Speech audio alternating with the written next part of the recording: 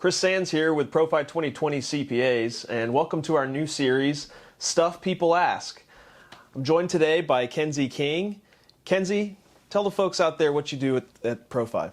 Yeah, so I am the sales and marketing assistant here at Profi, and basically my job is to make prospects transition to Profi as easy as possible. And there are a number of ways I do that. Basically, as soon as we have the information on prospects, I reach out to them, tell them more about our services, and get them scheduled for our no-cost consultation. And after they have that consultation, if they decide to come on board with Profi, I basically help answer any questions they have and just get them really onboarded into our system and get them set up with the rest of our team members here. And so, getting to know the world of both accounting and getting to know the world of dentistry, both kind of for the first time, it's pretty amazing how many questions you get that you just don't really know what they are, how to answer. It seems everyone has questions, and before they ever get started with us, they want to know if we can solve some problem for them. So we've come up with our list of questions we get. Let's dive into them. What are some of the first things you hear, or what are some of the things you hear most commonly? Yeah, definitely. And I'm really excited to get these answered on camera because I spend so much of my day just kind of answering these questions, and so it'll be really nice to have a video that folks can kind of watch. So one of the first questions we have is, do I need to form a DSO? So I think this question is a hot topic because of how much DSOs have grown, at least in the last 5 years. They're in hyperactive growth mode, and everyone should be aware of how your marketplace in dentistry changes. We'll give you our opinion, and it is just an opinion. You might get a differing opinion from an attorney or someone in that space. My answer would be that you really don't need to go through the legal part of forming a DSO unless you are bringing on a partner that is a non-dental professional, a non-dentist. And in most cases, I would say, we have this space that we call the emerging DSOs, and they are still privately held, privately owned. Doesn't matter how many locations they have. It serves them well to create a management company and have that company have its own tax ID number and everything be legitimate. There's no necessary tax savings from doing that if it's still privately held with one owner. But it does create efficiencies in the movement of money to consolidate services and centralize them. So do they need to, it's kind of a loaded question, multiple answers. Do they need to form an actual DSO?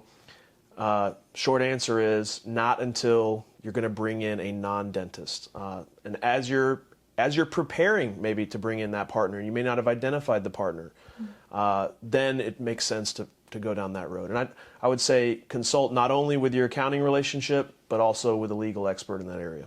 Gotcha. Okay, so we're ready for question number 2, which is, how do I know when it is time for an associate?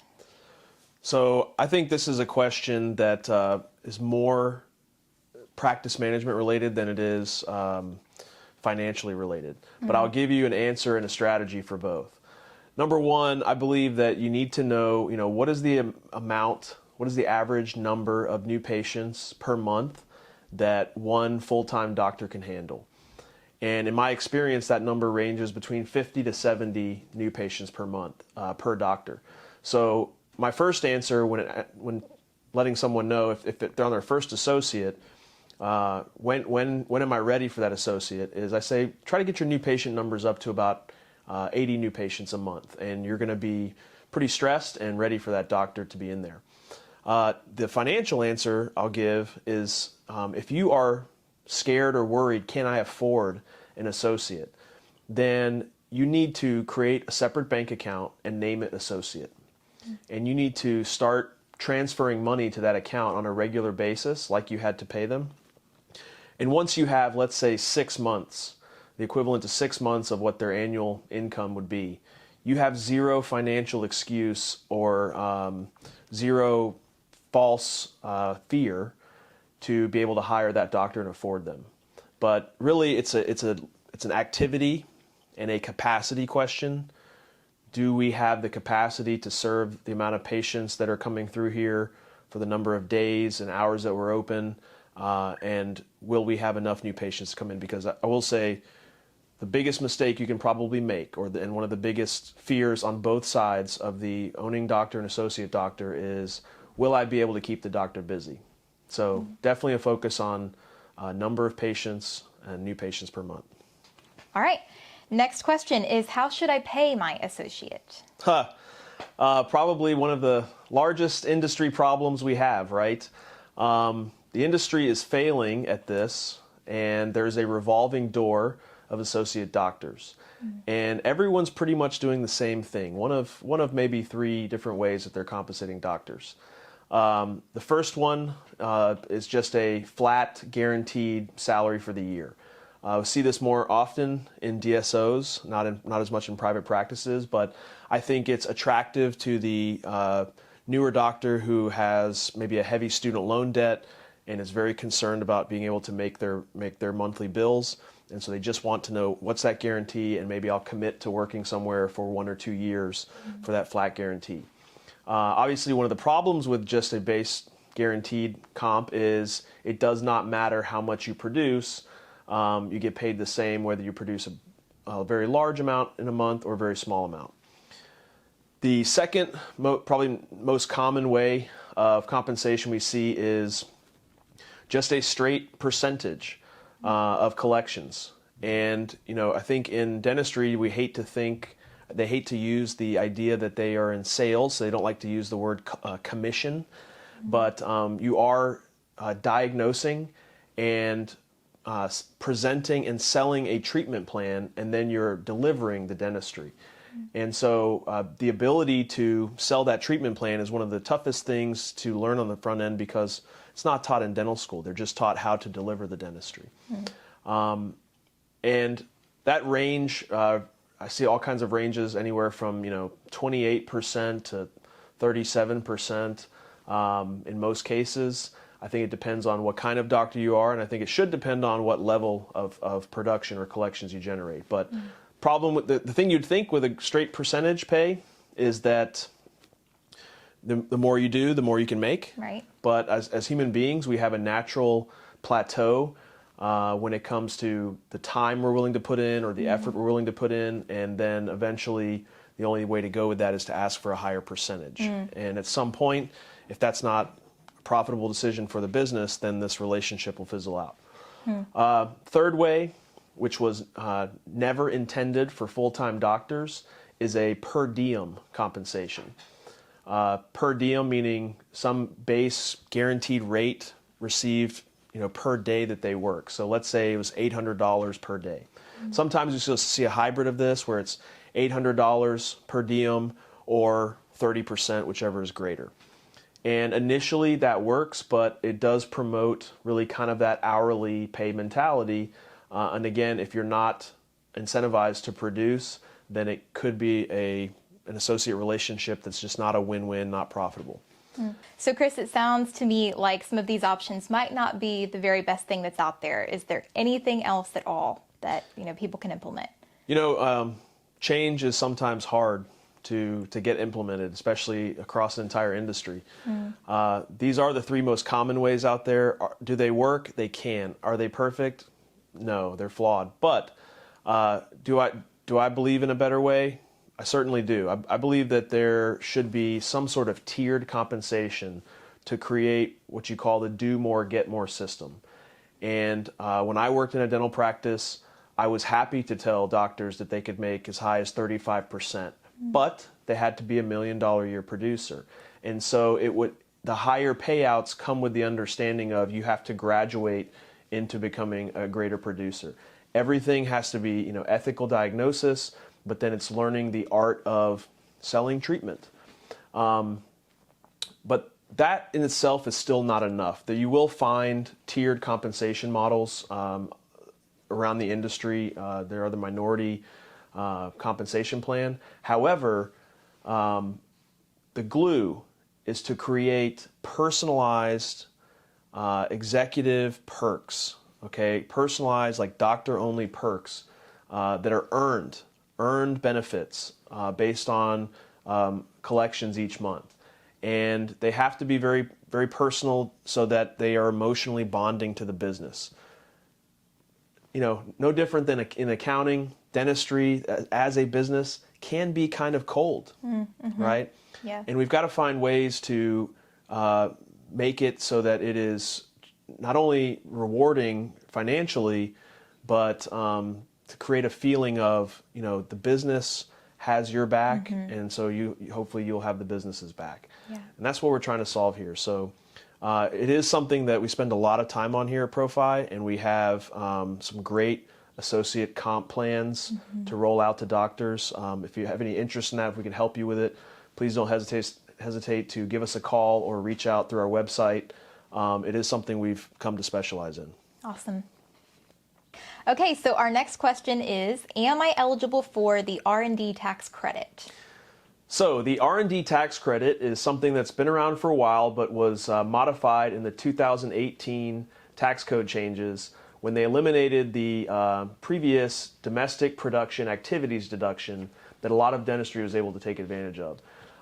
What's similar in both of them is that this is to incentivize companies for producing materials or goods in the United States and not outsourcing them.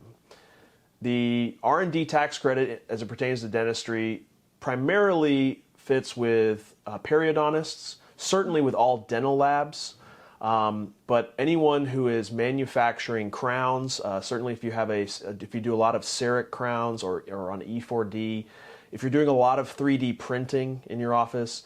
But the big one that they focused on the most is with implants. And so there are, one of the requirements is that you have to have a new procedure, and there are constantly new innovative procedures happening with implants and the way that they are installed and put together. So it's such a detailed answer that we as a firm partner with another specialist in that. Right now, one of those groups that we partner with is Alliant Group, and they will go through your practice management data and your supply ordering and actually really drill down into the details of if and how much you qualify for. Gotcha. Okay, so if someone's interested in learning more about that, they can definitely reach out to us, but ultimately we are going to refer them out to the Alliant Group. We would, and it's really one of the benefits of just being surrounded with specialists in dentistry. If you contact us to ask us if we can help you with that question, we're going to ask you some probing questions and connect you with a firm that can then give you that answer. So awesome. Next question is, a lot of doctors are not very fond of corporate dentistry, but say I want to sell to a DSO. How do I kind of, do that? We have to all change, and you did not do anything wrong, Kenzi, by saying this. We have to all make a change to stop using this nasty word of corporate dentistry. I think that's the most common word, and you learned that, Kenzi, from the doctors calling you and using that terminology. Yes. If you own a business, you are a corporation. So DSOs, dental support organizations or dental service organizations, are just another evolution in our marketplace and our business model in dentistry. There's a great opportunity to learn from them. So it is important, I think, that you investigate, that you go to even the ADSO meetings and see what they talk about. I think you can find plenty of other networking groups of even private doctors that are trying to either become a DSO or to eventually sell to a DSO. But I think what's very, very important is for you to understand that selling to a DSO is not an immediate sale. It is a partnership, okay? And you will maybe sell, just as an example, 70% of your shares of your company, and you're now a 30% partner with the DSO. And they will take care of a lot of the heavy lifting of the non-clinical activities, all of the management and ordering and financial aspects of the business. But you will be required to stay on board with them, depending on how large of a sale you have, for at least 2, 3, maybe even 5 years, to make sure that there's a smooth transition, not only of just your patients meeting any other doctors, but a transition of what was your secret sauce for you as an owner that made your business super successful and attractive to them to purchase, they've got to duplicate some of that. Some of that may even just be the culture that you created. So they've got to transition more than just patients. They've got to transition culture and all the systems of that office, and that takes time. So it's a partnership for, I always say, at least 2 or 3 years, and you may have an earn-out that you get paid the remainder over time, and you may and most likely will be given an option to roll that earn-out into the equity of the DSO, so to be a larger partner in the actual DSO. Why would you do that? Because in the DSO marketplace, there is a lot of private equity money involved, and in the private equity world, I just describe it as one fish being eaten by a bigger fish. Okay, there's a plan to grow an organization, grow it in revenue, grow it in profitability, and to then sell that organization for a higher multiple of value. And everyone that has an ownership stake participates in that sale, and any gains that they may make from it. But sometimes you will find yourself in a great culture DSO that you partner with. That's the most important aspect, is you're choosing a partner, so make sure you investigate and choose wisely. But when you find that, if you find the greatest partner, we've had a lot of people that I've witnessed really enjoy the new organization that they joined and decide to stay on as both part owner and active, in the company and still in dentistry. So long-winded answer, but it's worth everyone investigating on their own, because it's been around, believe it or not, for now almost 3 decades. Wow. It's just it's here to stay, and they are not the evil empire, and these evil corporate people. They are just a support organization, and they have their need to fulfill in the dental space. Awesome. Well, Chris, who else are they going to sell to? I mean, some of these practices are making, $4 to $5 million. It's not like an associate can necessarily, pay that or would be willing to. That is an excellent point. And that is one of the main reasons to consider and how a DSO would buy your practice and to investigate that market. You're absolutely right, Kenzi. In the private lending space, it is very difficult for especially a new doctor to be able to qualify for a loan that large.